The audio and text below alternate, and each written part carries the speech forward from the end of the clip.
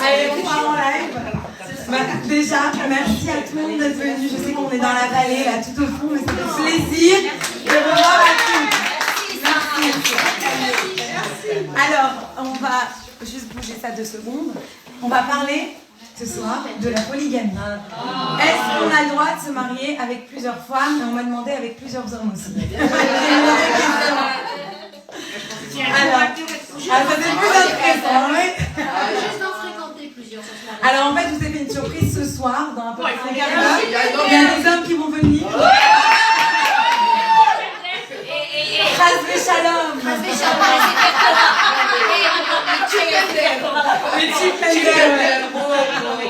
On ne sera pas live à ce moment-là. Mais pour revenir aux choses sérieuses, Ouvre leur rapport.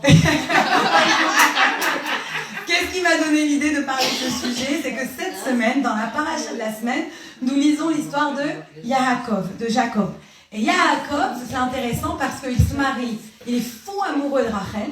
Fou amoureux, c'est un des moments dans la Torah où on nous parle d'avoir un coup de foudre. Donc le coup de foudre existe. Il est fou amoureux de Rachel depuis le moment où il a posé ses yeux sur elle. Et son beau-père, Laban, l'embrouille, l'arnaque. Et le soir du mariage, il lui donne Léa à la place. D'ailleurs, je vous l'ai déjà dit pour celles qui ne se rappellent pas, mais beaucoup disent que la coutume de faire le you-you, là, faites-le moi parce que moi je suis extraordinaire, très bien. Alors le you-you, on dit que la base, l'origine, c'est à ce moment-là. Parce qu'en fait, les gens avaient très peur de Laban, qui était un grand mafioso. Et donc, ils voulaient tous dire à Yaakov que c'était Léa, mais personne n'osait vraiment lui dire.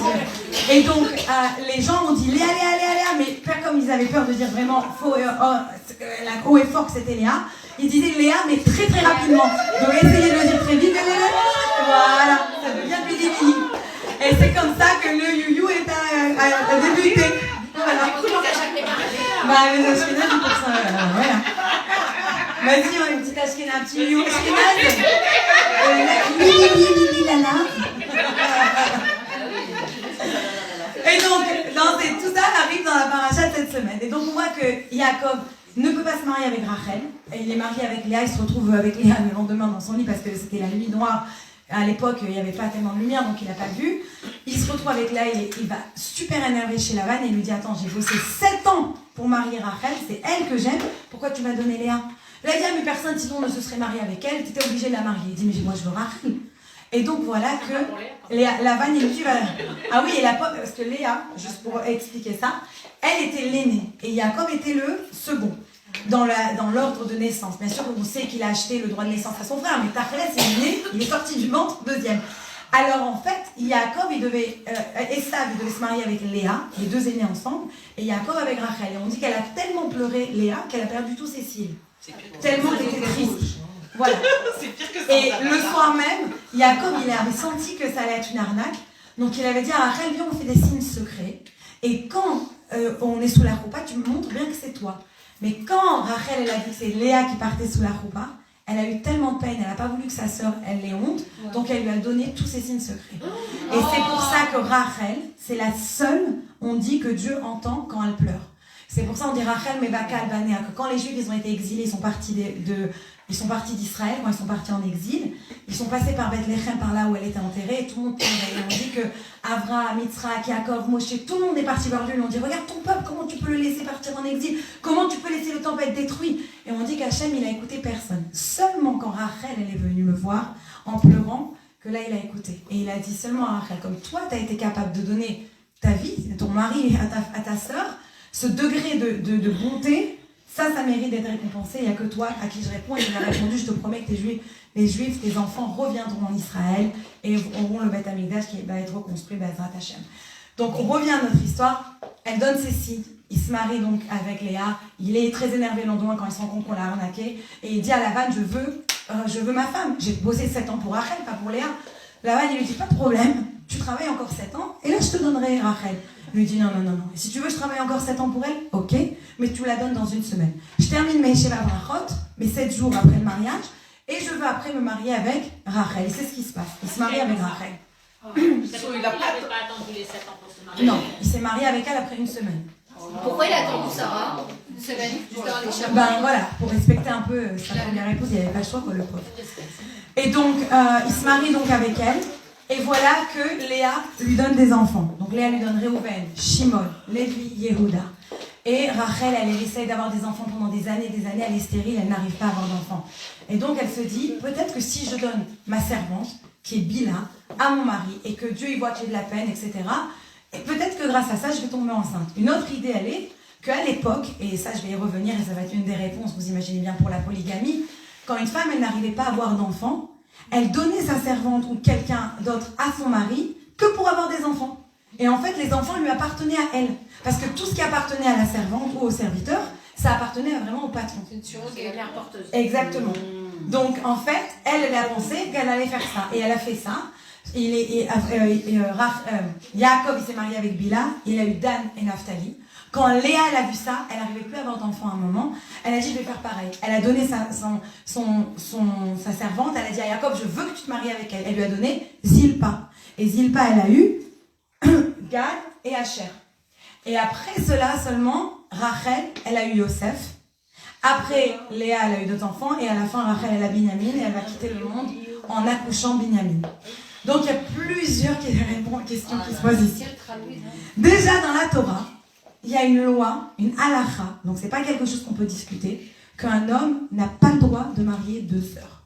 Donc la première question qu'on se pose, c'est comment c'est possible que Yaakov, il a marié pas une, pas deux, mais 4 sœurs. Comment c'est possible? Au même. 4 sœurs, sur plusieurs années, mais oui. Pourquoi Parce que, ah oui, excusez-moi, j'ai sauté des étapes. Alors, Bila et Zilpa étaient vraiment leurs servantes, bon ça on va y revenir, mais en fait, beaucoup de commentateurs expliquent que Bila et Zilpa étaient les filles des concubines de Lavan. Donc elles étaient en fait les demi-sœurs de Léa et de Rachel. Ah oui, c'était chaud à l'époque. Quand ils regardaient les telenovelas, hein, la Torah, elle a encore plus. Alors. Ah, bravo. Alors, franchement, elle est en train d'avancer sur toi, Carole. Tu me déçois ce soir. Elle a demandé si elle pas de jalousie. C'est qui déçoit? Alors, on va répondre à quelque chose. Déjà, quand Rachel, elle a vu que Léa, elle avait des enfants, elle n'avait pas d'enfants, on dit qu'elle a été jalouse de Léa. Mais attention, on est en train de parler de Rachel qui a donné les signes à sa sœur. Donc, d'un seul coup, elle va être jalouse. C'est pas qu'elle était jalouse de manière négative. En fait, elle s'est dit, si Léa, elle arrive à avoir des enfants et pas moi, elle doit avoir plus de mérite que moi. Donc, en fait, elle était jalouse des mérites de Léa. Elle s'est dit, qu'est-ce que je peux faire pour avoir plus de mérite, pour pouvoir avoir plus d'enfants? On va voir qu'elle s'est trompée. Mais c'est ça qu'elle demandait. Et en fait, il faut comprendre aussi que son mari, vous allez me dire, qu'est-ce que lui dit? Oui, il n'y a qu'à lui dire non, j'ai pas envie de me marier avec une autre femme. Mais Rachel, il faut voir à quel état elle était. Elle était dans un état de dépression intense. Et quand je dis dépression, parce qu'elle disait à son mari, je suis comme morte. Si j'ai pas d'enfant, je suis morte. Elle était à ce stade-là. Donc vraiment, il a fait ça pour faire plaisir à sa femme. C'est pas comme si lui, il a voulu. D'accord? Donc c'est important de préciser ça parce qu'on va répondre à ça. Donc maintenant, je voudrais expliquer quelque chose de très intéressant. Quand on regarde l'histoire juive, d'accord? Premier homme qui était Adam. Adam Arishon, c'est marrant, je parlais avec mon père, il me disait, tu sais Sarah, en fait Adam il s'est marié avec lui-même. Parce que je ne sais pas si vous connaissez en fait, les commentateurs qui expliquent que quand Dieu a créé l'homme, c'était un androgyne, c'est-à-dire d'un côté il y avait l'homme et de l'autre côté il y avait la femme. C'est pour ça qu'on dit qu'il les a séparés par la côte. Parce qu'en fait à ce moment-là il en a fait deux, mais c'était un homme et une femme en un corps. Donc en fait on pourrait carrément dire qu'Adam il s'est marié avec lui-même, il s'est marié avec sa femme. Et à ce moment-là, Dieu quand il a créé le monde, on voit qu'il a créé les animaux. Le lion et la lionne, le tigre et la tigresse, le singe et la singesse. Je ne sais pas. Et la singe, hein, la guenon. Merci. Le singe et la guenon. Ok, on va pas continuer, vous avez compris. La guenon, là, ça m'a un peu bloqué. Ça m'a rappelé une petite insulte que j'ai reçue plus jeune. Mais en fait, Dieu, il n'a pas créé 50 000 femmes pour 50 000 hommes. Il a créé un masculin et un féminin. Après, ils se sont multipliés, etc. Donc après, on passe à qui? Noah, d'accord? Je vous saute des générations, mais j'essaie de... Non, j'ai sauté un peu trop vite. Allons à les enfants de Adam et Chava. Avec qui ils allaient se marier? Dieu, il venait de créer le monde. Il y avait qui dans le monde? Mais leurs frères et sœurs. Avec leurs sœurs, exactement. Parce que... un avec la sœur de l'autre, etc. Mais en tout cas avec leur sœur, entre guillemets. On compare un... C'était qui les sœurs? Bah, quand on n'en parle pas tellement, mais en fait, quand la mère elle a accouché des garçons, on nous raconte qu'elle a aussi accouché de filles. Et elle a accouché en fait pour les marier, parce qu'il fallait un garçon et une fille pour faire des bébés. Qui sont ces enfants? C'était qui les enfants? Les enfants de Rava. Les enfants de Adam et Rava. Oui, mais c'était qui les filles? Ah, je ne connais pas leur nom, mais on en parle. Okay. Après, on a Noach. Noach, il était marié avec qui? Naama. Une femme, encore une fois. Après, je saute des générations encore, j'arrive à qui? Abraham. Abraham était marié avec Sarah. C'est qui a demandé à Abraham de se marier avec sa servante, avec Agar? C'est Sarah. Si vous regardez la Torah, nulle part, pas une seule fois, Dieu il demande à un homme de se marier avec plus qu'une femme. Ah non, c'est des femmes. Non. T'es arrivé à la faute, toi. Voilà, c'est la faute à personne. Mais ce que je veux dire, c'est que Dieu n'a jamais demandé à un homme de se marier avec plusieurs femmes. C'est pas écrit. Tu vois jamais. Montre-moi tout le roumage de A à Z, il n'y a pas marqué. D'accord? C'est important de préciser ça, parce qu'on va essayer de comprendre comment on en est arrivé à la polygamie quand même. Donc, où on arrive? Je vous saute des générations. Moshe, il s'est marié avec combien de femmes? Une. Sipora. Aaron, une. D'accord? Et je continue. Elisheva, etc. Donc après, on arrive à qui? Qui après va se marier avec plusieurs femmes? Allez, vous connaissez. Le roi Jacob. Non, on est arrivé beaucoup plus tard. Là, on est déjà... Ah! Le roi David s'est marié avec plusieurs femmes. Qui d'autre s'est marié avec plusieurs femmes? Salomon. Shlomo, vous savez combien de femmes? Non. À peu près 1000. Non. Là, on comprend que même pour un chaud lapin, c'est beaucoup, 1000 femmes. Donc, il y a une idée derrière cette idée de se marier avec plusieurs femmes. Mais il y a une idée, c'est ça qu'on va expliquer. C'est ça qu'on va expliquer. Même si vous ouvrez la Gemara, c'est très très rare, quasiment jamais dans la Gemara, vous verrez quelqu'un qui s'est marié avec 4 femmes. Ou une femme. Une femme, oui. Mais plus qu'une femme. C'est quelque chose de très rare dans la polygamie. Il ne faut pas croire que c'est quelque chose qui était courant. Maintenant, où on va trouver, par exemple, et ça je vais arriver dans quelques temps, par exemple, la Gemara, elle va mentionner qu'un homme, il ne peut pas prendre plus que 4 femmes pour se marier. C'est genre le max. J'y arrive. On respire, je vous promets, on y arrive. Donc, première question que je voudrais répondre ce soir. Comment Jacob, déjà, il a pu se marier avec des sœurs? On nous dit que dans la Torah, c'est écrit noir sur blanc, tu n'as pas le droit de marier 2 sœurs. Pourquoi il s'est marié avec des sœurs? Et vous allez me dire, ouais, mais Jacob, la Torah... Mais on dit que les Avot, les patriarches, ils respectaient déjà la Torah. Alors c'est vrai que la Torah n'a pas été donnée à ce moment-là. La Torah, elle est donnée des années après. Elle est donnée quand on a eu le Har Sinaï et qu'on est sorti d'Égypte. Il n'y avait pas la Torah, il n'y avait pas le concept d'être juif vraiment à cette époque. À partir de Yaakov, c'était Israël, les béné Israël, les enfants d'Israël. C'est là qu'on a vraiment le concept d'être juif. Et se marier à l'époque avec un juif, ça te rendait juive. D'accord? Donc, oui. Donc en fait, quelque part, on disait que Léa, Rachel, etc., quand elles se sont mariées avec Yaakov, elles se sont converties. Elles étaient de Haran, elles se sont mariées avec Yaakov, elles sont devenues dans la tribu juive. Donc, jusqu'à là, on se pose quand même la question, comment il s'est marié, et en plus avec 4 femmes. Donc ça, c'est vraiment important de déjà répondre à ça. Donc, les Avot, on dit qu'ils respectaient les lois. Par exemple, Abraham, quand il reçoit les 3 anges, on dit qu'il mangeait quoi? La matzah. Donc on dit, mais comment c'était même pas encore arrivé l'histoire de Mitzrayim, l'histoire d'Égypte, comment ils mangent déjà de la matzah? En fait, ils avaient la prophétie, ils savaient déjà quelles allaient être les fêtes, etc. Donc ils respectaient déjà les lois. Mais les seules lois qui étaient obligées à ce moment-là, c'était les 7 lois de Noach. Et c'était des lois très morales. Tu peux pas tuer, tu peux pas manger un animal vivant, tu peux pas voler, d'accord? Ce sont des 7 lois très très très morales. C'était ça. C'était les seules choses qu'ils étaient obligés. Le reste, ils se le sont imposés tout seuls. Et quand Jacob, il s'en va de chez Lavan après toutes ces années de travail, etc., Jacob, il dit, Im Lavan Garti. J'ai habité avec Lavan. Et les lettres de Garti, Gimel, Resh, Tav, Yud, ce sont les mêmes lettres de Tariag, qui veut dire la valeur numérique, c'est 613. En fait, ce qu'il voulait dire Jacob, c'est avec, voilà, bravo, avec, quand j'étais avec Lavan, j'ai respecté les 613 mitzvot de la Torah. Donc, si tu dis que tu as respecté toutes les mitzvot de la Torah, comment tu as pu te marier avec 4 femmes, avec 4 sœurs? Il n'y a pas de sens. Et là, le Rabbi Lubavitch, il explique quelque chose de magnifique. C'est une leçon pour chacun de nous. Surtout que Rashi n'explique même pas ça. Et c'est très intéressant, parce que Rashi, il écrit pour des enfants de 5 ans. Ça veut dire qu'un enfant de 5 ans, c'est quand il doit commencer à apprendre le roumage. Aujourd'hui, un enfant de 5 ans, je ne sais pas combien il est vraiment capable, mais à l'époque, un enfant de 5 ans, il était super intelligent. Donc, Si un enfant de 5 ans il dit ça, il aurait pu poser la question. Mais Rachid, ça le dérange même pas. C'est bizarre. Pourquoi Rachid, ça le dérange pas? Alors on peut essayer de trouver plein de réponses. Alors une des réponses, comme je vous ai dit, c'est qu'ils se sont convertis. Et quand on se convertit, on devient Tinok chez Nolad. Ça veut dire quoi? Comme un enfant qui vient de naître. Ça veut dire que tous tes liens de parenté d'avant disparaissent. Je vais vous dire un truc qui va peut-être vous choquer. Un enfant et son père, une fois si l'enfant se convertit, son père, d'après la halakha, c'est plus son père. Techniquement, parce que c'est interdit parce que ça va jamais être fait, techniquement, il pourrait se marier avec son père. À ce moment-là. Oui, je répète, quand quelqu'un se convertit, je sais que c'est choquant, mais quand quelqu'un se convertit, ça devient Tinok chez Nolad. C'est comme un enfant, un bébé qui vient de naître. C'est-à-dire qu'il vient d'arriver dans le monde. Donc tout reprend. Bien sûr, ça se fait pas parce que c'est pas les normes, parce que c'est pas quelque chose qu'on fait aujourd'hui au niveau moral, ce serait choquant, évidemment. Mais ça, c'est l'idée de la halakha. Donc il y en a des commentateurs qui viennent et qui disent, ouais, en fait, pourquoi il s'est marié avec les 4? Parce qu'en fait, elles se sont converties. Donc c'était pas considéré qu'elles étaient 4 sœurs. D'accord? Donc en fait, il s'est marié avec les 4 parce que c'était pas 4 sœurs, donc c'est ok, c'était permis. Il a quand même respecté toutes les lois de la Torah. Non, mais c'est pas une... On n'est pas sûr que converti, pas converti, ça se discute. Ils n'ont pas le droit de se marier avec des convertis, alors. Oui, c'est une des raisons. C'est une autre raison, mais oui.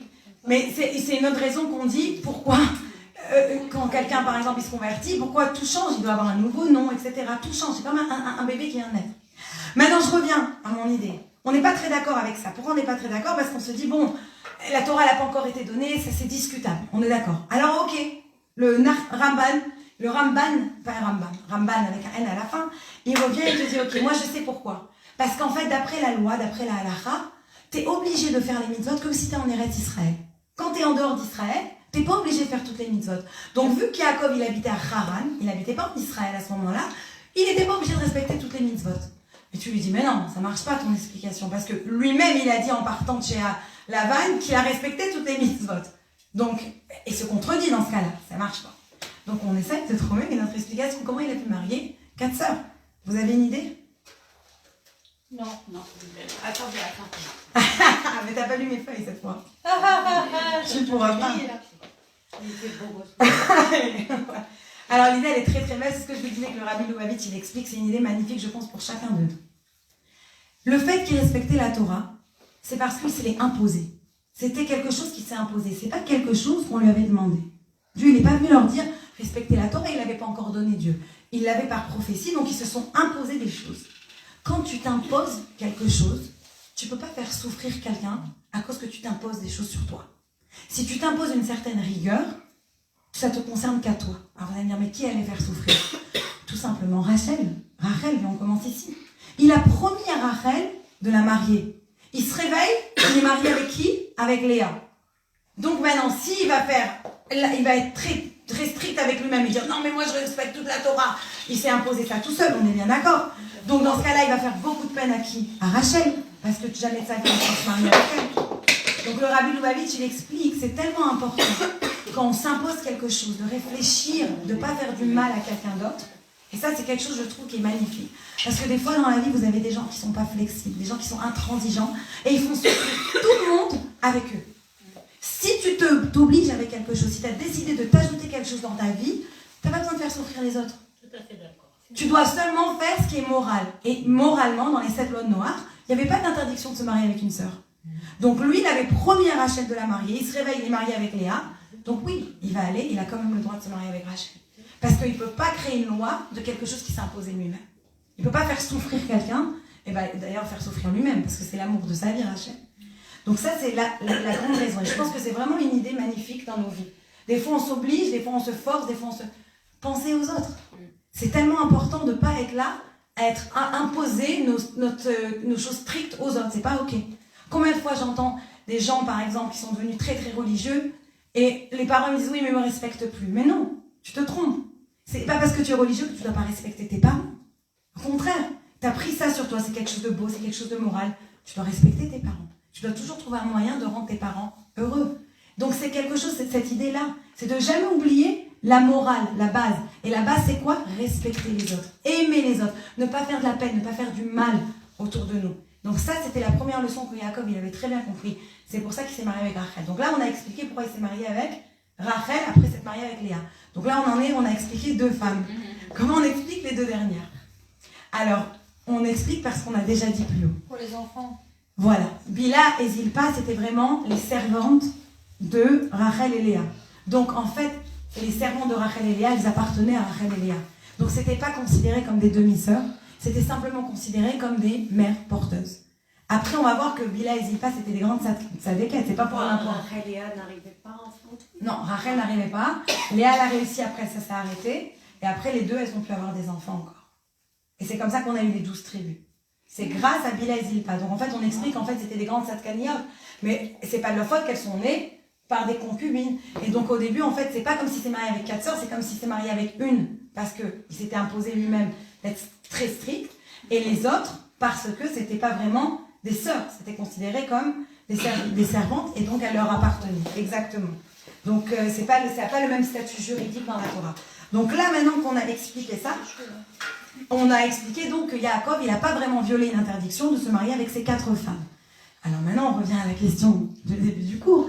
Mais comment c'est possible de se marier avec tellement de femmes? C'est vrai. C'est dur d'un homme qui se marie comme ça avec plusieurs femmes. Alors il faut vraiment que je vous explique qu'est-ce que ça veut dire se marier avec plusieurs femmes d'après la Torah. Déjà, il faut savoir que si un homme il se marie avec plusieurs femmes, il est responsable financièrement de chaque maison. Chacune, elle doit avoir sa maison, son argent, de quoi manger, de quoi nourrir les enfants, etc. Il est aussi responsable, parce que c'est écrit dans la Ketouba par exemple, de donner du plaisir physique à sa femme. Donc il doit se débrouiller pour rendre les femmes heureuses. Pas besoin de faire un dessin, vous comprenez où je vais. Donc c'est important financièrement. En fait, c'est pour... Dessin. Donc c'est important de comprendre ça. Donc maintenant, essayons d'expliquer pourquoi dans la Torah, si c'est pas quelque chose de positif, je ne sais pas où c'est pour nous pas. Même ma perruque, ça l'énerve quand on parle de polygamie, tu vois.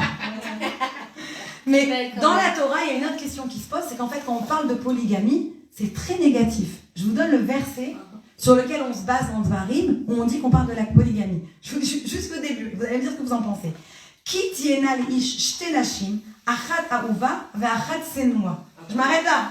Si un homme, il a 2 femmes, une qu'il aime et une qu'il déteste. Ça vous sound very positive? C'est hyper négatif quand on parle de ça. Vous voulez que je continue dans le négatif? Regardez les exemples. Les peu de cas qu'on connaît de polygame, c'était triste. J'y vais. Sarah et Agar. Elle a dit à son mari, dégage-la, à Agar, parce que son fils, il a attaqué Yitzhak. Donc, elle a dégagé. Donc, lui, il s'est marié avec elle et l'autre. Il a dû dégager carrément une, la jeter dans le désert. Je saute beaucoup de générations. Hana, de qui on apprend la prière, qu'on lit à Rosh Hashanah. Elle n'arrivait pas à avoir d'enfants. Et son mari, il a pris une autre femme pour avoir des enfants qui s'appelaient comment? Pénina. Et donc, il y a eu aussi la jalousie, les disputes, l'amertume entre les 2. Donc, vous allez me dire, David Ameller, oh le pauvre, ses enfants, ils ont voulu le tuer. Et ils se sont aussi entretués entre eux. Un, il a violé sa sœur. Oh, une horreur. Vous allez me dire, ah mais, Shlomo. Mais oui, Shlomo aussi. On dit qu'à la fin de sa vie, il avait tellement de femmes, il y en a qui faisaient l'idolâtrie. Dans sa maison, dans son palais, lui qui a créé le Beth Amikdash. Donc, on peut continuer. Les peu d'exemples qu'on a, c'est très, très négatif. Donc, comment ça peut être quelque chose qui est permis si c'est tellement négatif? Il faut comprendre que ça vient en fait de la compassion. Et je vous explique pourquoi. On est en train de parler d'une société d'il y a 3 et 5 000 ans en arrière. On n'est pas en train de parler de la société aujourd'hui. Et à l'époque, une femme qui ne pouvait pas donner des enfants à son mari, elle pouvait être jetée par son mari. Tout simplement. Une femme... C'est pas 9 ans, il n'y a pas une histoire de 9 ans, Sarah? Ça, il n'y a pas de halakha, c'est pas une halakha qu'on parle. Je parle même en général, les mentalités, les mœurs de l'époque. Donc en fait, une femme... 9 ans de mariage pour... Alors après, je vais vous raconter une histoire sur ça. Mais la mentalité, c'était comme ça. Une autre chose à laquelle il faut penser, c'est une femme qui n'avait pas d'homme. D'accord? Qu'est-ce qui se passait pour cette femme? Elle était contente. Elle avait... Bon, j'espère que ton mari ne suit pas le coup. Hein. Ah, elle est énervée ce soir. Non, je suis sérieuse. Mais une femme qui n'avait pas d'homme, elle était caste de la société. On m'a dit de rester intègre, alors je reste intègre. Mais c'est vrai, elle n'avait pas de sécurité financière. Donc en fait, elle pouvait être abusée par tout le monde. Donc en fait, à l'époque, pourquoi il y a eu ces lois? Pourquoi on n'a pas interdit depuis le début la polygamie? C'était pour protéger les femmes. Parce qu'une femme, elle ne pouvait pas se retrouver sans mari, sans homme. C'était des sociétés très archaïques, très macho et très masculines. Vraiment, je t'assure. Donc on voit vraiment que les femmes, elles étaient en souffrance si elles n'avaient pas d'hommes. Donc c'est pour ça qu'à ce moment-là, c'était permis. Mais on va voir qu'avec les générations qui descendent, les hommes ne peuvent plus satisfaire plusieurs femmes. Une fois, j'avais posé la question à mon père, j'ai dit, mais je comprends pas, ça m'énerve. C'est vrai, pourquoi? Mon père, il m'a dit, parce que tu dois réaliser qu'à l'époque, un homme, il pouvait être marié avec plusieurs femmes, et les femmes, elles étaient satisfaites, elles étaient heureuses. Mais aujourd'hui, même une femme, ils n'arrivent pas à la rendre heureuse. Alors, ils voudraient se concentrer sur leur femme. C'est vrai. Ça, on a eu Ridata Dorot, les générations, elles descendent, elles changent, elles évoluent. Donc ça a beaucoup changé. Je vais vous donner un des seuls exemples dans la Gemara, un des seuls exemples. Je vous ai dit, on ne parle presque pas de polygamie. Mais un des seuls exemples, c'est Rabbi Tarfon. On dit qu'il s'est marié, vous savez, avec combien de femmes? Allez, Rabbi Tarfon. Avec combien de femmes il s'est marié? Allez, un petit chiffre. 50. Qui dit mieux? 7. Qui dit mieux? 70. Qui dit mieux? Non, ça là. Il n'y a que Salomon qui a réussi ce coup de... 300 femmes. On dit que Rabbi Tarfon, il s'est marié avec 300 femmes. T'entends ça, tu dis, wow, mais c'est quoi ça? Et après, tu prends un peu de recul de l'histoire. Et qu'est-ce que tu vois? Qu'à cette époque-là, il y avait une grande famine en Israël. Et Rabbi Tarfon, c'était un Cohen. Et donc, il avait beaucoup de trouma. Il avait beaucoup de manger. Et qui a le droit de manger? Seulement le Cohen ou sa famille. Donc, en fait, quand il a vu que ces 300 femmes, elles allaient crever de faim dans la rue, elles n'avaient personne, il les a mariées pour qu'elles puissent profiter de manger. Il n'y a pas de privilège. Tu veux que je te parle de Rabbi Tarfon? On raconte sur lui. On raconte des histoires extraordinaires. On raconte comment il respectait. Vas-y, pardon. Il n'y a pas une halakha qui dit que quand il marie plusieurs femmes, il doit les aimer exactement la même chose? Les aimer, leur donner à manger, les mettre dans une maison. C'est pas... Mais lui, il était très très riche. Comment tu vas peser? D'ailleurs, il y a ma sœur Esther, elle me racontait cette histoire de cet homme. Vous savez, je ne sais pas si vous avez déjà entendu ça, mais il y a une halakha que quand un homme il meurt sans enfant, son frère, pour pas que la génération elle soit perdue, il doit faire le yiboum. C'est-à-dire il doit se marier avec la sœur de son frère décédé pour continuer les générations. Et s'il n'a pas envie de se marier avec elle, il a le droit. Il y a toute une cérémonie où il crache dans sa chaussure. Un autre jour, on fera un cours dessus. Pourquoi, comment? Non. C'est un Marocain. C'est toute une cérémonie qu'on explique. Et en tout cas, il n'est pas obligé de se marier avec elle. Et ben, ma sœur, elle me racontait, on parlait justement de la polygamie, elle me disait, tu sais qu'il y a un cas où il y a un homme qui a eu 11 frères qui sont décédés. Et donc les rabbins, ils lui ont dit, tu dois faire hiboum pour 11 femmes. Mais lui, il a flippé, il a dit, comment je vais m'occuper financièrement, etc. Et rendre heureuse 11 femmes. Les rabbins, ils ont dit, d'aller un mois chez chaque femme. Un mois chez chacune. Mais imaginez, c'était des cas, j'ai pas encore réussi à retrouver la source, mais c'est ma soeur qui me racontait ça. Mais je me disais, mais imagine, c'est pas quelque chose de simple quand on parle de la polygamie. On parle pas des gens ici qui sont en train d'abuser plusieurs femmes ensemble. Non, on parle d'un vrai mariage respectueux, où on donne la situation financière, c'est très. Et la femme devait être consentante, etc. Donc c'était compliqué. Et vous voyez que dans tous les cas que je vous ai racontés, c'est toujours la femme qui a dit à son mari, prends une autre épouse, c'est pas Dieu. Dieu, il demande pas qu'on se marie avec deux. Je vais même aller plus loin. Quand on parle de la Kabbalah, quand on parle du Zohar, la Chassidoute, qu'est-ce qu'on nous explique à chaque fois? Que dans un mariage, c'est quoi? On trouve son âme sœur. C'est quoi cette expression, l'âme sœur? C'est parce que chacun, on a une âme qui est coupée en deux quand on descend sur terre, et quand on se marie, on se réunit. On retrouve son âme. Donc, si tu viens de cette idée-là, tu as une seule âme. Il n'y a pas écrit qu'il y a 50 000 âmes. On a la même âme, il y a deux personnes. Donc, des fois, il peut y avoir un divorce et on peut se remarier après avec son âme sœur, parce qu'il y avait un guilgoul, il y avait un travail à passer par ce moment-là. Mais à la fin, on trouve toujours son âme sœur. C'est ça toute l'idée. Donc si on revient à ça, comment c'est possible que la polygamie, elle est comme ça? Donc on explique que la polygamie, c'est match de la compassion. C'était pour pas que ces femmes, elles soient dans le coin de la société ou qu'elles crèvent de faim, comme dans cette histoire où il s'est marié avec 300 femmes, etc. C'était ça toute l'idée. Maintenant, avec les générations, la Torah, elle décourage cet abus-là. C'est pas quelque chose qu'on encourage. On a bien vu que c'est quelque chose qui était négatif. Et encore plus quand il y a deux sœurs qui se marient. Pourquoi vous croyez que c'est interdit qu'un homme il se marie avec deux sœurs? Parce que le sentiment naturel de deux sœurs, c'est quoi? C'est l'amour. Si tu les mets à se marier avec le même homme, elles vont se détester. Donc tu crées en fait quelque chose qui est interdit par la Torah. Tu crées la haine, c'est interdit ça par la Torah. Donc, quand tu reviens à la réalisation, tu vois vraiment que c'est négatif de A à Z, cette polygamie. Ça arrivé jusqu'à qui? C'est arrivé jusqu'au roi. Pourquoi les rois, alors dans ce cas-là, ils se marient avec tellement de femmes? Pourquoi David et Shlomo? Shlomo, ça vient de son nom. C'est quoi son nom? Shalom, la paix. Comment il a réussi, on dit à son époque, il n'a jamais eu la guerre? Comment c'était possible? Parce qu'il s'est marié avec ses femmes. Qui étaient ces femmes?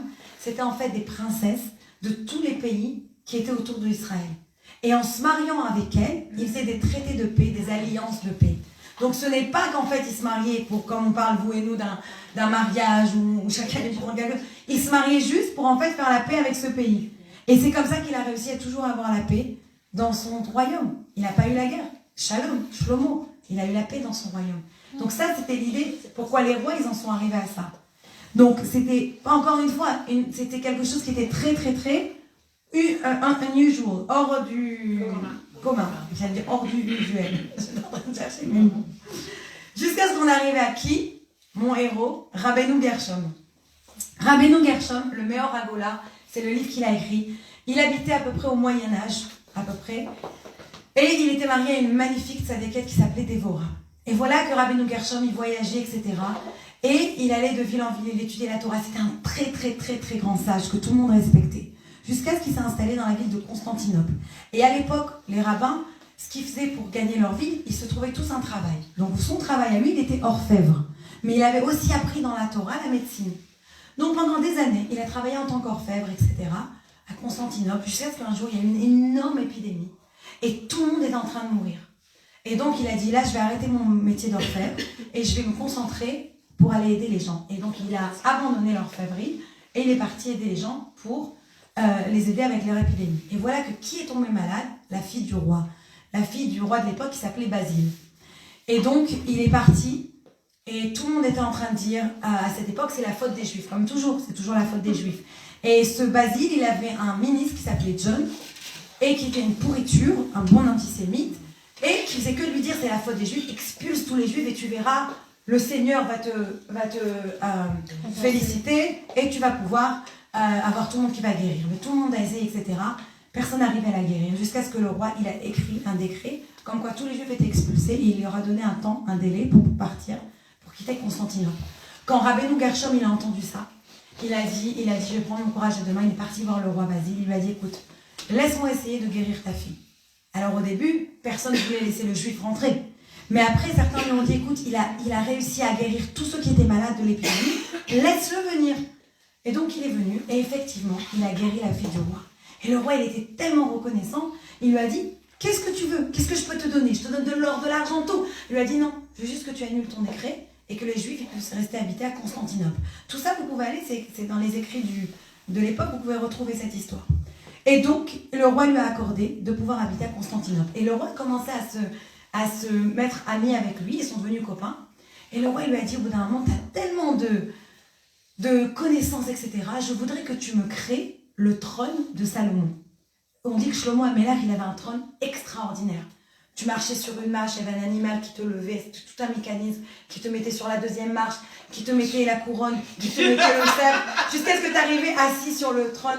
Un truc extraordinaire. Et donc, il a demandé de lui construire. Et Rabbeinu Gershom, il a dit, je ne peux pas prendre ça sur moi. D'abord, c'est extrêmement difficile.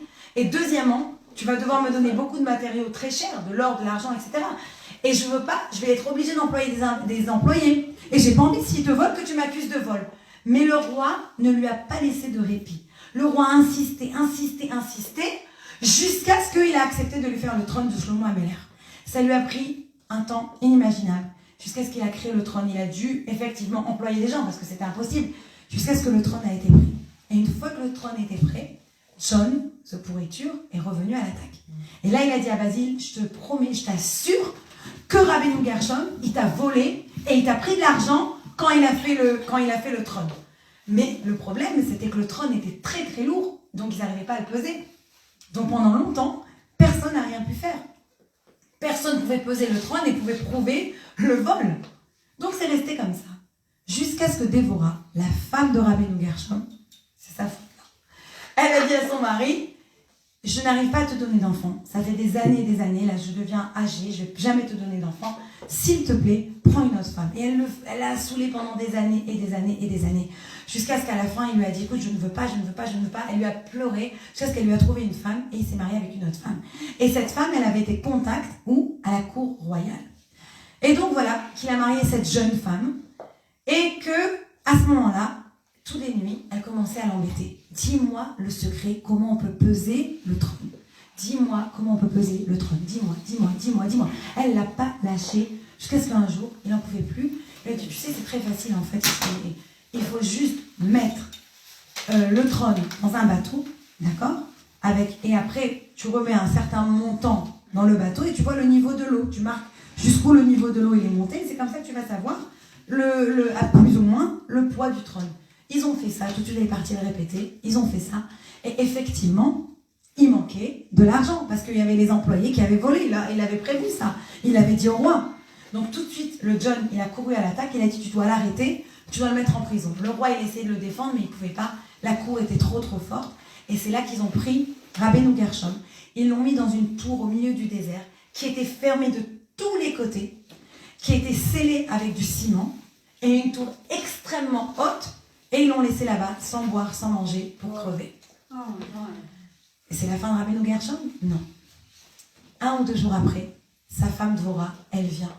Et il l'entend pleurer de l'autre côté de la tour. Et elle pleure et elle dit, mon amour, mon mari chéri, je vais rester ici, je vais mourir avec toi. Je veux pas que tu meurs. Je veux mourir avec toi, ma vie sans toi, elle ne vaut pas la peine d'être vécue. Et Rabbeinu Gershom, il lui dit, écoute ma chérie, ni toi ni moi n'avons besoin de mourir. Voilà ce que tu vas faire. Tu vas aller chercher des vers à soie et des scarabées. Et tu vas attacher le fil du ver à soie sur le scarabée et tu vas les mettre sur la muraille. Et c'est ce qu'elle fait. Elle court le fer, elle les ramène. Et en fait, grâce à ça, le ver à soie, il va descendre dans la tour. Il va faire tout le tour, il va descendre dans la tour. Et grâce à ça, il va avoir à manger. Il va pouvoir créer une corde et il va pouvoir sortir de la tour et se sauver avec elle sans dire à personne. Personne ne les a revus, ils sont partis. Et ils se sont sauvés, ils sont partis à la Metz. Et c'est là qu'ils ont vécu jusqu'à la fin de leur vie. Et le John, pour terminer la belle histoire, le John, il se demandait qu'est-ce qui se passait. Et il est venu un jour, il a dit, je voudrais voir son corps, tellement il brûlait d'antisémitisme. Il voulait voir le corps de Rabbeinu Gershom décrépir. Il a réussi à ouvrir le ciment, il a ouvert la porte, il est rentré dans la tour, et sans faire attention, la tour s'est refermée, et il est mort dans la tour. Au moins, l'histoire se termine bien. Mais Rabbeinu Gershom, il arrive à Metz, et c'est là qu'il a commencé à focaliser son étude de la Torah et ses décisions halachiques sur la famille et sur tout ce qui est social. Par exemple, je vais vous dire un exemple. C'est lui qui a fait cette halakha qu'on n'a pas le droit d'ouvrir un courrier qui ne nous est pas destiné. Je me rappelle que Madame Kling, Aléa Shalom, qui était la femme du rabbin Kling de Marseille et de Lyon, j'étais à l'Echemnat Adarom à l'époque, on avait fait une conférence avec elle, elle nous avait dit que pas une fois, elle avait ouvert une enveloppe de son mari. Pas une fois. Moi, j'étais pas encore mariée, j'avais pas réalisé encore à quel point c'était difficile de faire ça. Mais elle a dit qu'elle a jamais ouvert de sa vie quelque chose qui n'était pas pour elle. Vous imaginez? Son mari recevait des tonnes de lettres, etc. et de demandes. Jamais elle avait ouvert. Ça m'a toujours marqué. Donc ça vient de Rabbeinu Gershom. Et une autre takana qui nous concerne, et c'est celle-là dont on va parler maintenant, la polygamie. Il a dit interdit pour un homme de marier plus qu'une femme. C'est le chérem de Rabbeinu Gershom. C'est une interdiction. Donc à partir de ce jour-là, interdit de se marier avec plus qu'une femme. Alors vous allez me dire, mais c'est pour les Ashkénazes. Parce qu'il était Ashkénaze. Ah oui, d'accord. Et pourquoi, à votre avis, il a fait ça? Bien sûr parce que lui, il a souffert et il a compris. Mais parce qu'il a réalisé que les hommes d'aujourd'hui ne pouvaient pas satisfaire 2 maisons, 2 femmes. Il a réalisé que ça créait beaucoup de malheur, beaucoup de tristesse, beaucoup de jalousie, beaucoup de rancune. Il a réalisé tout ce que ça amenait de négatif dans la vie d'une personne. Et qu'une femme, elle souffrait de cette situation. Même sa femme, qui l'avait encouragée, elle se sentait horrible quand il a fait ça. Donc quand il a réalisé ça, il a dit, on ne peut plus permettre ça aujourd'hui, c'est interdit. Et une fois qu'il a interdit ça, ça n'a plus été permis. Maintenant, petite pause. Vous allez me dire, mais les séfaradim alors? Bien sûr. Alors sachez qu'il y a eu un cas, certains d'entre vous sont au courant, dans notre communauté ici à Los Angeles.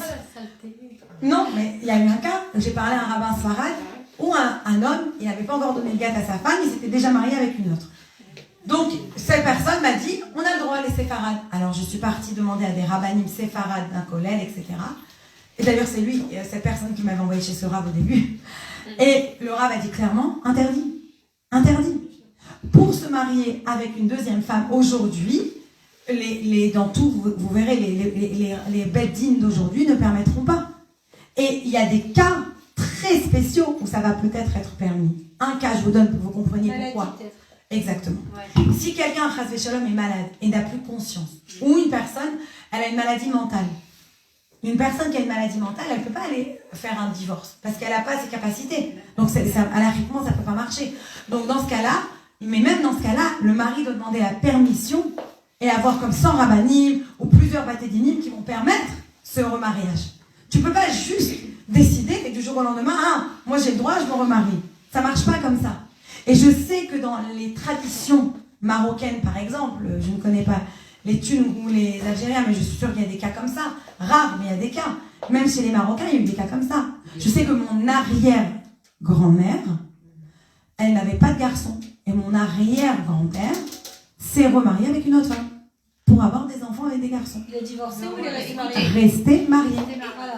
Il y a une histoire, un livre qui vient de sortir d'ailleurs. La sœur de Gad Elmaleh. La grand-mère de Gad Elmaleh. La grand-mère de Gad Elmaleh, donc nous sommes en parenté. La grand-mère de Gad Elmaleh, son grand-père avait une première femme qui n'a pas pu avoir d'enfant. Et c'est elle qui a décidé de la femme que son mari allait épouser pour lui donner des enfants. Elle a choisi sa nièce qui avait 14 ans. Alors, je voudrais juste, bravo parce que c'était le prochain point que j'allais dire. Ça, oui, mais j'en discutais de ça avec mon père. 80, oui, Baba Salé, bien sûr, oui, voilà. un grand sadique. Mais alors, il faut expliquer plusieurs choses parce que moi, ma grand-mère, elle est à Shalom, et je pense qu'elle s'est mariée genre aussi 15-16 ans. C'était à l'époque, et c'est ce qu'on discutait avec mon père, à l'époque, il faut réaliser que c'était courant dans les cultures dans lesquelles on habitait. C'était ça qui était... En fait, c'était la culture dans laquelle on habitait qui permettait ça. Mais même dans la Torah, quand on vous dit que Rivka s'est mariée à 3 ans, vous croyez vraiment qu'elle avait 3 ans qu'elle s'est mariée? Mais non, on parle pas des mêmes années. On parle pas des mêmes années. C'est pas les mêmes choses. C'est pour ça qu'il faut comprendre que les mentalités ont changé. Les mentalités ont évolué. Baruch Hashem pour ça. Et les rabbinim, les rabbins d'aujourd'hui, ils ont compris ça. Il y a encore beaucoup de travail à faire sur le guet. Mais ça, c'est une autre histoire. Mais ils ont évolué, ils ont compris que c'est pas quelque chose qui est acceptable. Un homme en Israël, il ne peut pas aller se marier avec 2 femmes. Non. Le Beddin, la rabbanou ne va jamais permettre une chose pareille. À moins, encore une fois, que c'est un cas très, très, très spécial et très rare. Et encore, il faut une permission d'une permission. C'est pas quelque chose qui est permis et qui est autorisé et qu'on vit aujourd'hui. Ça marche plus. Ça ne marche plus. Et ça, il faut vraiment le comprendre. Parce que je pense que Rabbeinu Gershon, il était extraordinaire parce qu'il avait compris quelque chose de tellement fort. Il avait compris que dans la Torah, si ça, dont on n'avait pas parlé et qui était OK pour les générations d'avant, ça faisait des massacres, des horreurs, ça faisait de la jalousie, ça faisait des meurtres, ça faisait de la tristesse, il a compris qu'il fallait mettre un holà et stopper ça. Et vous allez me dire qu'aujourd'hui, pourquoi il y a des choses qui ne peuvent pas être changées par rapport aux guettes, etc. C'est parce que les rabbins de l'époque, ils étaient tellement spirituels et forts au niveau halakha, etc., que les rabbins d'aujourd'hui, je m'excuse de le dire, mais je le pense très fort, et il n'y a pas que moi qui le dis, ils ne sentent pas cette force et ce pouvoir pour se permettre de changer des choses qui étaient d'avant. Mais oui. Non, mais et je vais te dire plus que ça.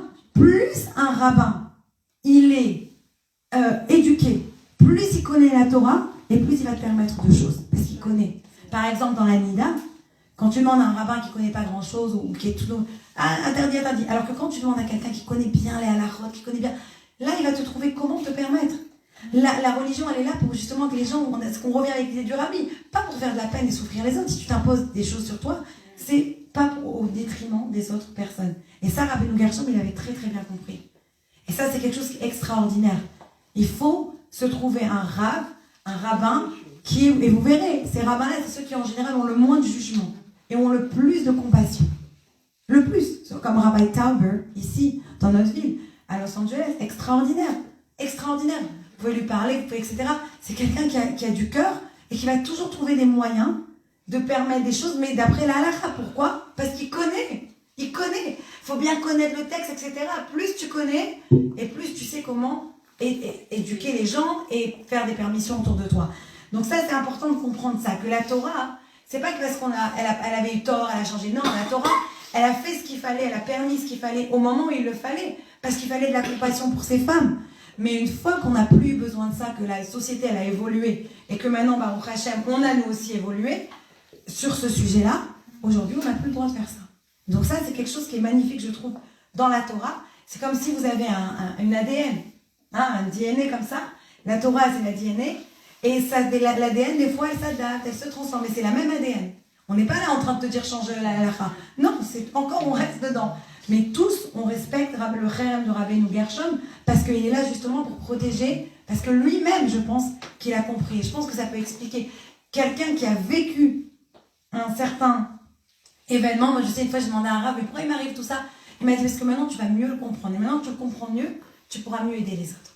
Parce que c'est bien de parler. Mais tant que tu n'as pas compris l'autre personne, tu n'as pas ressenti sa peine, comment tu peux aider? Comment tu peux vraiment? C'est vrai. Moi, je me rappelle, il y a des années en arrière, j'avais eu que ma fille Yora. Donc, j'avais que un bébé à l'époque. Et elle pleurait, mais j'en pouvais plus parce qu'elle faisait les dents. Mais elle me tuait. Je perdais les nerfs, j'en pouvais plus. Et mon père, il me disait, les Marocaines ici, elles vont m'aider. Il y a un proverbe marocain que si on comprend la douleur d'un enfant qui fait les dents, on doit l'attacher avec 40 cordes ou je sais pas. Et ça, un truc comme ça, je le dis bien ou pas? Tu connais pas? Bon, je demanderai à mon père alors. Mais ça fait hyper mal. Et la vérité, c'est fatigant quand on est une jeune maman, on vient d'accoucher, on doit allaiter, on dort pas la nuit, le gosse qui chiale pour ses dents, on n'en peut plus, on perd la patience. Et voilà que quelques temps après, qu'est-ce qui m'est arrivé? Mes dents de sagesse, elles se sont enflammées. Ouais, qu'est-ce que j'ai eu mal? J'ai cru que j'avais eu mal au temps de ma vie. J'ai eu tellement mal, jusqu'à ça a pris 2-3 jours que je puisse me faire opérer. Et alors après, encore plus mal de 3 jours. Mais j'ai souffert le martyre, genre 1 semaine. Et là, mon père, il m'a dit, maintenant, tu comprends ta vie, ma chérie? J'ai dit, t'as raison. Tant qu'on n'a pas ressenti, parce qu'on n'a pas vécu la chose. Et Rabbeinu Gershom, il a vécu, il a ressenti. Et là, il a pu faire sa takana, il a pu faire son kherem et interdire ça. Donc maintenant, kherem, c'est quand quelque chose est interdit. Tu n'as plus le droit de le faire. Donc là, et tous les batédinim, tous les beddin de l'époque, ils ont tous accepté, ils ont tous codifié ça, et c'est devenu dans le Shulchan Aruch, c'est devenu son kherem. Et c'est pour ça qu'à partir de maintenant, il n'y a plus de polygamie. On se marie avec une seule femme. Quand tu dis à partir de maintenant. De son époque. De Rabbeinu Gershom. Aujourd'hui, il n'y a plus. Ça a quand même existé dans cette société. Pas dans sa société, ah non, pas chez les Ashkénazes. Après, comme j'ai dit, les Séfarades, ils ont pris plus de temps à réagir à ça parce qu'ils vivaient aussi, je pense, dans des communautés et dans des mentalités, dans des sociétés où c'était très courant. Donc c'était autre chose. Mais aujourd'hui, les Juifs, tout le monde dans le monde entier, ils respectent ce kherem dans tous les beddin, etc. Et ils se marient pas, mais il y en a qui... Ouais. Alors, il y en a qui ne donnent pas le guet à leur femme, tu veux dire, ils vont... Non, il y en a qui se marient pas et qui ont des relations extra-conjugales. Oui, mais bon, ça c'est encore un autre, un autre sujet que... Mais c'est encore... Alors, je voulais juste terminer avec une petite... C'est un autre cours sur les maris qui trouvent ça. Tu disais tout à l'heure que l'abolition a vachement évolué, tout ça je comprends, mais il y a des vachement parce que regarde sur certains points de vue, comme cet aparté sur la polygamie, tout ça, mais et le guet. Alors, je voudrais expliquer quelque chose sur le guet. Encore une fois, je sais que c'est pas le sujet, on va terminer rapide dessus, après je raconte une petite histoire et on termine. Mais une petite idée rapide sur le guet. Faut comprendre, c'est quoi le guet, d'accord? Comment un homme il peut marier une femme? C'est une dissolution. D'après la Torah, voilà. D'après la Torah, il y a 3 manières de marier une femme. Avoir une relation physique avec elle, lui donner un papier, donc c'est la ketouba qu'on écrit, c'est un contrat de mariage, d'accord? Et tu peux l'acheter, faire une acquisition. Ok. Dans la ketouba, il y a un achat déjà. Voilà, tu peux faire une acquisition. Alors maintenant, il faut expliquer quelque chose. Pourquoi il y a eu cette ketouba? Elle n'existait pas toujours, la ketouba. D'où elle est venue? Pas à la même époque. Qu'est-ce qui s'est passé? Les hommes, ils se marient avec les femmes. Encore une fois, rappelez-vous qu'on vivait dans des mentalités différentes, des années différentes. Un homme se marie avec une femme. Quand il ne voulait plus sa femme, parce qu'elle était stérile ou parce qu'elle était trop âgée pour lui ou pour n'importe quelle raison, il l'a dégagée. La femme, elle se retrouvait sans rien, encore une fois, en bas de la société, et elle n'avait plus rien, elle était démunie. Donc les rabbins, ils ont dit, c'est pas ok de faire ça. Qu'est-ce qu'on va faire? On va créer la ketouba. C'est quoi la ketouba? On va obliger l'homme à signer un contrat de mariage et on va mettre un montant dedans. s'il veut divorcer sa femme et la jeter, il doit la payer. Ah oui. Et il est obligé de s'occuper de ça. S'il la paye pas, si elle n'a pas d'argent, il prend pas, comme un peu la limonie, comme on dit ça en français, la pension alimentaire. S'il donne pas de la pension alimentaire, il s'occupe pas d'elle, eh ben il pourra pas la divorcer. Donc ça fait réfléchir beaucoup d'hommes. D'accord? Et même ceux qui ont voulu divorcer, ben ils devaient quand même donner quelque chose. Vous pouvez pas la divorcer juste comme ça. Malheureusement, aujourd'hui, il y a des hommes qui sont abusifs. Parce que c'est des hommes abusifs. Ne vous faites pas d'idée. C'est un homme normal, entre guillemets, un homme gentil. Il comprend très bien qu'une fois que malheureusement c'est l'heure de divorcer, il faut donner le divorce et chacun va à son chemin. Comme j'ai dit une fois à un homme qui ne voulait pas donner les guettes, et après il a donné, vraiment que Dieu le bénisse, je lui ai dit, écoute-moi, tu dois te remarier, il me dit, c'est la femme de ma vie. Je lui ai dit, mais tu dois te remarier avec elle, tu te retrouveras avec elle. Elle reviendra. Mais là maintenant, c'est pas la discussion. Elle veut partir, tu n'as pas le droit de l'emprisonner. Tu peux pas. Donc malheureusement, qu'est-ce qui s'est passé au jour d'aujourd'hui? C'est qu'on a des abuseurs qui utilisent ça pour ne pas libérer la femme. Donc c'est pas que la Torah elle est mauvaise, c'est l'homme. Maintenant, qu'est-ce que je te dis? C'est pour ça que je disais ça plus tôt. C'est que nos rabbins, ils ont des moyens de libérer la femme. Comment? Ben oui, c'est pas moi, c'est écrit. C'est écrit. Je te donne un exemple.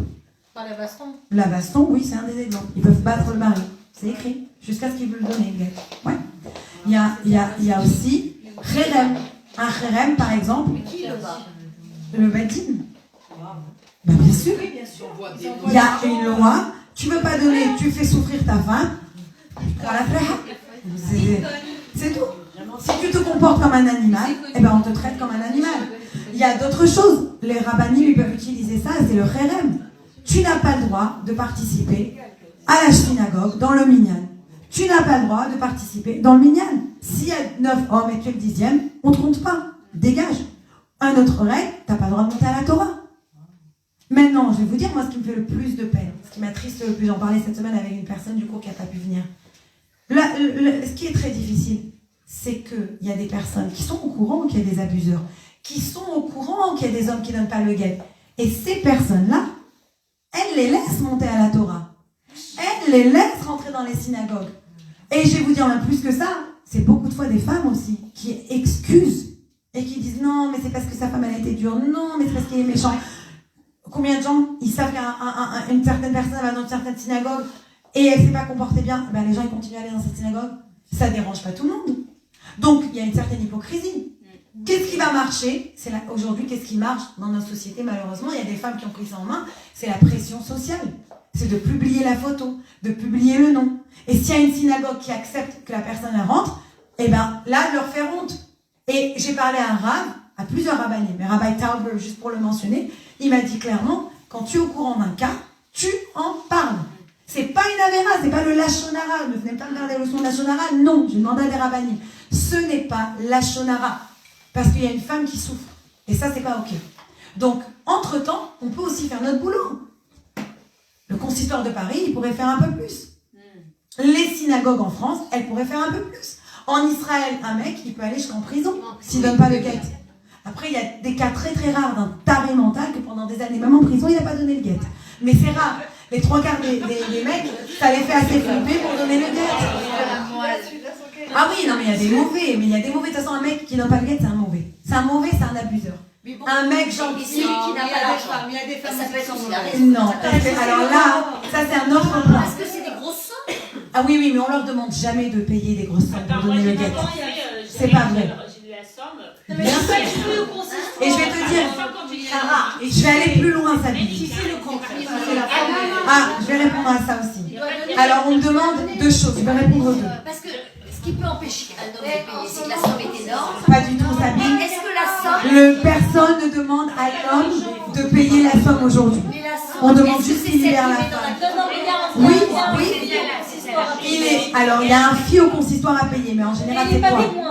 Oui, mais excuse-moi, si tu demandes, c'est pas vrai. Si tu veux le donner, on te retrouve l'argent. 150 000 pour divorcer. Mais non, 150 euros. Mais il n'y a aucune femme qui demande l'argent. Mais non. Je connais des gens au consistoire. Mais c'est ce que je comprends.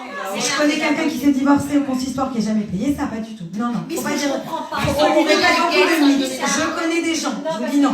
qu'ils Ok. Alors, Alors attendez, il y a beaucoup, on raconte beaucoup de choses là. Une Non, seconde. attends, moi je suis divorcée. Quand j'étais divorcée, On t'a pas demandé de payer 150 000 non, euros. il y avait une certaine somme à payer. Alors. Non, mais aussi, c'est Bah pas oui. comme ça. Non, mais pas comme On va au tribunal civil. Le tribunal civil, il y a quelque chose à payer. Faut pas, Il y a ça n'a des rien à voir. manipulations, c'est un vrai truc, c'est pas. Oui, une seconde. Il y a tout un document à écrire. ne vous énervez pas. Non, mais alors, les filles, une seconde. Laissez-moi répondre à plusieurs questions parce qu'on m'a envoyé plein de questions. Déjà répondre à Sabine. Écoute bien.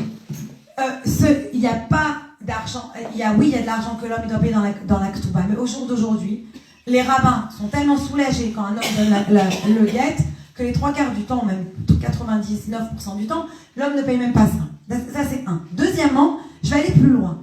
C'est devenu, malheureusement, normal, parce que je pense qu'il y a beaucoup de rabbins qui sont des lâches, et je m'excuse si je dis ça, mais je le pense vraiment parce que, expérience personnelle de beaucoup de cas que j'ai vus, que les rabbinines, ils ont tellement pas envie, eux, de se battre contre l'homme, et de faire ce qu'ils devraient faire, parce que c'est leur boulot, qu'ils disent à la femme, c'est pas grave, il te demande l'appartement, donne-lui. C'est pas grave, il te demande de l'argent, donne-lui. Au lieu de faire ton boulot, il demande à la femme de donner. Donc la femme, elle se retrouve démunie, et j'entends, et peut-être c'est là que tu as entendu cette histoire de 150 000, qu'il y a des fois des femmes qui sont obligées de donner des choses. Moi j'ai entendu 150 000, c'est un raf qui fait partie du Beddin, qui demande 150 000 quand l'homme il veut casser la ketouba. Je sais pas, moi j'ai pas entendu ça, en tout cas les gens que je connais qui sont allés divorcer dans les beddines, ce que j'ai trouvé qui était un peu choquant, c'est qu'à la fin c'est devenu genre le rabbin il est presque soulagé. Écoute, il te demande de donner ça, dis oui, juste comme ça tu as ton guet. Et il y a beaucoup de femmes qui malheureusement, elles ont tellement envie d'être libres qu'elles disent oui, elles perdent beaucoup. Après, c'est chaque femme, combien elle a à perdre, combien c'est sa liberté, est-ce qu'elle peut se battre. Par exemple, là j'ai vu qu'en Angleterre, ils ont fait payer à un homme une amende très chère, et ça arrive au Hachem dans les autres pays, parce qu'il ne donnait pas le guet. Donc chaque jour, il devait payer une amende très chère à sa femme. Oui, donc il y a des choses qu'on peut commencer à faire Baruch Hashem pour faire bouger les choses. Denise a dit, et quand c'est la femme qui refuse de donner le guet, c'est rare, mais ça arrive. Pour la femme aussi, elle donne le La femme, elle refuse d'accepter le guet. C'est ça. Donc c'est très très rare, mais oui, il y a aussi des cas comme ça. Donc pareil, le Beddin, il doit travailler très dur. Maintenant, il y a des rabbins, attention, pas tous les rabbins sont comme ça. Baruch Hashem, qu'on a des rabbinim qui prennent les choses en main, qui sont courageux et qui vont se battre pour aider les femmes. Mais malheureusement, on a eu trop de cas ces dernières années qu'on a entendu de femmes qui s'ouvrent. Et ça, c'est pas OK. Et ça, je vous le dis, une des manières de bouger les choses, c'est que nous, tous, quand on voit un cas pareil, on ouvre la bouche et on parle. On dit quelque chose, on laisse pas quelqu'un souffrir. Et je voudrais juste reprendre l'idée du Rav. Mon père, quand il était jeune, il est parti voir le Rabbi Lubavitch. Donc je vous parle de il y a 45 ans en arrière, d'accord? Au moins. Et il connaissait un couple qui était en grande dispute, qui se disputait. Ils avaient beaucoup de problèmes, ce couple-là. Et mon père, il est parti voir le Rabbi, il a dit au Rabbi, qu'est-ce qu'on peut faire? Je voudrais une bracha pour les aider. Alors le Rabbi, il a dit, ils doivent aller parler avec un Rav. Alors mon père, il a dit au Rabbi, ouais, merci, mais ils ont déjà parlé avec un Rav. Alors le Rabbi, il a regardé mon père, il a dit, non, ils doivent aller parler avec un Rav. Bon, alors mon père, il était encore un peu jeune. Quand le Rabbi lui parlait, il n'a pas tout de suite réalisé, c'est le Rabbi. Il a dit, non, mais Rabbi, ils ont déjà été parlés avec un Rav. Alors le Rabbi, il a compris que mon père, il n'avait pas compris le message. Il s'est arrêté, il a regardé, il lui a souri. Il lui a dit, un Rav, c'est quelqu'un qui s'occupe d'un problème du début jusqu'à la fin. Ça, c'est un Rav. Mon père, il a compris la leçon. Il est rentré, il a trouvé un Rav, un vrai Rav. Et bien, au Hachem, ça a arrangé le problème de ce couple. Donc ça, c'est l'idée. C'est ça, un Rav. Un Rav, c'est quelqu'un qui prend les choses en main. Et bien, au Hachem, on en a aussi beaucoup des très bons rabbinim. Et il faut les encourager, il faut les aider quand ils font quelque chose. Il faut être derrière eux. Parce que malheureusement, je vous dis encore une fois, les mentalités, elles doivent se transformer. Elles doivent changer. Et la seule manière de faire ça, c'est de commencer, nous, à soutenir quand on voit qu'il y a une femme qui est en détresse, qu'on voit qu'il y a un rabbin qui essaye d'aider. On ne doit pas être là en train de le descendre, on doit être là en train de le soutenir. Moi, je me rappelle que j'étais choquée quand j'avais publié un papier d'un rave qui disait qu'un certain homme qui ne voulait pas donner guet, il ne pouvait plus rentrer dans les choules, il y allait, et qu'il y avait des choules qui le faisaient rentrer. Il y a des gens qui sont venus me voir et m'ont dit, mais comment, tu n'as pas honte, et tu fais... Je dis, mais comment vous trouvez ça ok qu'un homme, il abuse? Parce que c'est de l'abus. Il faut dire les mots, c'est de l'abus. Qu'il abuse? Mais il dit, oui, mais alors, tu sais pas ce qu'elle veut lui faire et la garde. Et alors, tu lui donnes son guette et tu vas au tribunal et tu prends un avocat. Si tu n'arrives pas malheureusement à être à l'amiable, parce que franchement, les choses devraient se faire à l'amiable, rien que pour les enfants. Mais si tu ne peux pas, tu vas et tu prends un avocat et tu vas au tribunal et tu continues. Ça n'a rien à voir l'un avec l'autre. Le guette n'est pas un moyen de persuasion, un moyen de chantage. Il faut arrêter, il faut remettre les choses à leur place. Donc ça, c'était juste pour terminer sur ce petit sujet. Je veux juste terminer sur une petite histoire sympathique, positive. Pour celles qui ont suivi le mondial, qui suivent le mondial, Laisse tomber, arrête.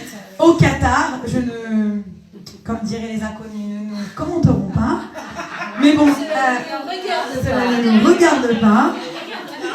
Et vous allez peut-être voir toutes ces vidéos d'horreur de ces antisémites, de ces arabes qui viennent près des juifs et qui leur disent on vous déteste, très palestine, toutes ces imbécilités. Et donc, malheureusement, et j'ai vu une, je voudrais juste terminer par vous raconter ça parce que je trouvais ça magnifique, de ce journaliste. Et donc, tu vois qu'un jour, ils étaient tous autour de lui, et donc il a eu très peur, il lui a dit d'où tu viens, il a dit non, moi je viens du Équateur. Et le lendemain, ils l'ont encore attrapé, ils ont encore essayé de le saouler avec Free Palestine et des bêtises pareilles. Et voilà qu'il les a regardés, et il a attendu que l'autre le laisse parler, parce qu'il ne laisse pas parler, c'est des sauvages. Et il a attendu qu'on le laisse parler, là, il leur a dit écoute-moi. Am Israël Chai. Le peuple juif est là pour toujours et pas seulement on sera toujours là, mais va le dire à tes amis parce qu'on sera toujours là et toujours vivant. Et j'ai trouvé ça extraordinaire. J'ai dit ce soir, je suis obligée de terminer avec cette histoire parce que c'est vrai. On est là, on est toujours vivant et grâce. Personne qui s'installe là-bas. Oui, mais je sais pas, chacun avec ses raisons. Dubaï. Mais l'important, non, c'est Dubaï. Dubaï, c'est beaucoup plus gentil pour les Juifs. Et voilà, et on termine le cours en souhaitant un joyeux anniversaire à Audrey. Et maintenant, on va partir du live, on va commencer un karaoké avec une dance party. Désolée, hein.